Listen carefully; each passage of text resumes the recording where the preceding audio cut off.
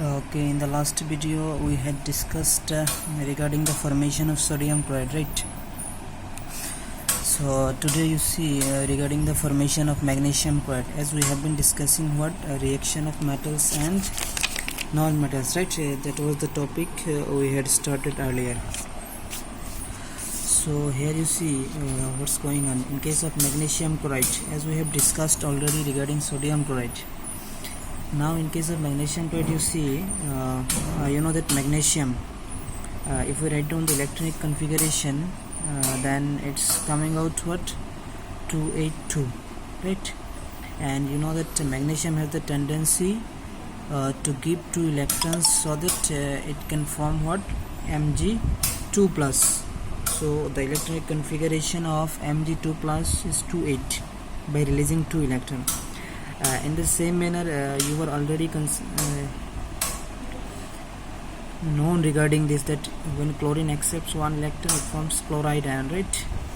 Now as magnesium is trying to release 2 electrons, so, and you know that in case of chlorine it needs 1 electron to get stabilized. That's why magnesium's 2 electron, so magnesium will give 1 electron to one chlorine and this another electron to the next chlorine. That means each chlorine will gain 1 electron from magnesium. So by giving 2 electrons to 2 chlorine, magnesium will form Mg2 plus, and by accepting 1 electron, chlorine will form chloride ion as 2 chlorines are there. So that is the formation of magnesium chloride, right? Now so far we have got that these compounds are formed by the transfer of electrons from metals to non-metals, right? So such type of compounds which are formed by the transfer of electrons from metal to non-metal are known as that is ionic compound, right? And you know that in ionic compound we will have cation and anion. That means what, positively charged ion will be termed as cation and the negatively charged ion is known as anion. So if you were asked that what are the ions involved during the formation of magnesium chloride, then you will get to know that Mg2 plus and Cl minus. And in case of sodium chloride, if you were asked, then it would be what, Na plus and Cl minus. So such type of compounds are known as ionic compound, as they are formed by the transfer of electrons from one element to another, that is from metal to non-metal, right? Now let us move to the next topic, that is properties of ionic compounds. Now very well-known properties of ionic compounds will be discussed here.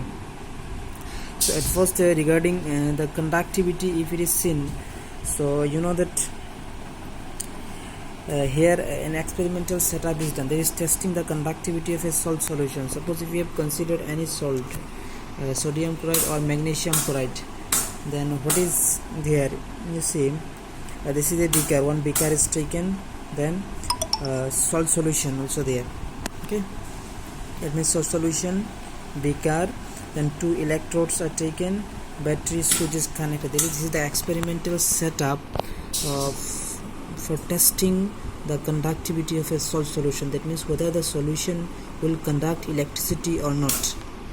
Now you see, when switch is on, then what would happen? If this solution allows electricity to pass through it, then as a result what would happen? Bulb will glow, because there is no direct connection between these 2 electrodes. And you know that for the glowing of bulb, the condition is that there must be a complete circuit, and that complete circuit will be if the solution which is taken by us or which is present here allows the electricity to pass through it. So if a salt solution is taken, then it is found that bulb glows.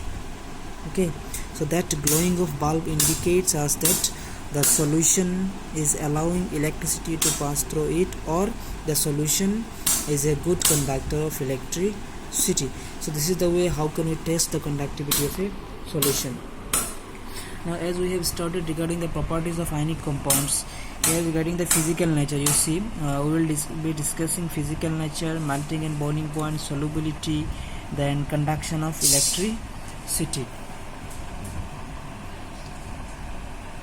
Regarding physical nature, you see ionic compounds are normally they are solid and hard, okay, because this nature is due to a strong electrostatic attraction present in between the positively charged ion and negatively charged ion, that is cation and anion, and due to this strong attraction their existence is in the form of solid. Regarding the melting and boiling point, you see ionic compounds will have what high melting and boiling point. The reason is that as this is formed by the strong electrostatic attraction between the cation and anion, so you know that if it is to boil or if it is to melt, then that strong attraction must be overcome. Now if the attraction is strong, then it needs more energy to be supplied from the outside, and that more energy will lead us toward the increasing melting and boiling point. And you know that melting point means what? This is the temperature at which the substance melts. So if more heat is required or more energy is required, then obviously the melting point would be more. In the same manner, regarding the boiling point also the same thing would happen. So the factor which will determine or which is playing a key role is what? The strong interionic attraction present between the ions of ionic compounds. Okay, next we have the solubility, right? So ionic compounds are what? Electrovalent compound and ionic compounds are same thing. Okay, so ionic compounds, they are normally soluble in water but insoluble in what? The solvents like kerosene, petrol, they are insoluble and they are soluble in water. Regarding the conduction of electricity, you know that if a solution is to allow electricity to pass through it, or when a solution will allow electricity to pass through it, if there are free ions, right? Now in case of ionic compounds, if it is in water or if it is in molten state, then you know that there would be the free ion. So when it is in water or it is in molten state, it allows electricity to pass through it, but in case of solid state it will not allow, because in solid state the strong electrostatic attraction is present, and due to this strong attraction between the ions are not free to move, and the condition for conducting electricity is that it must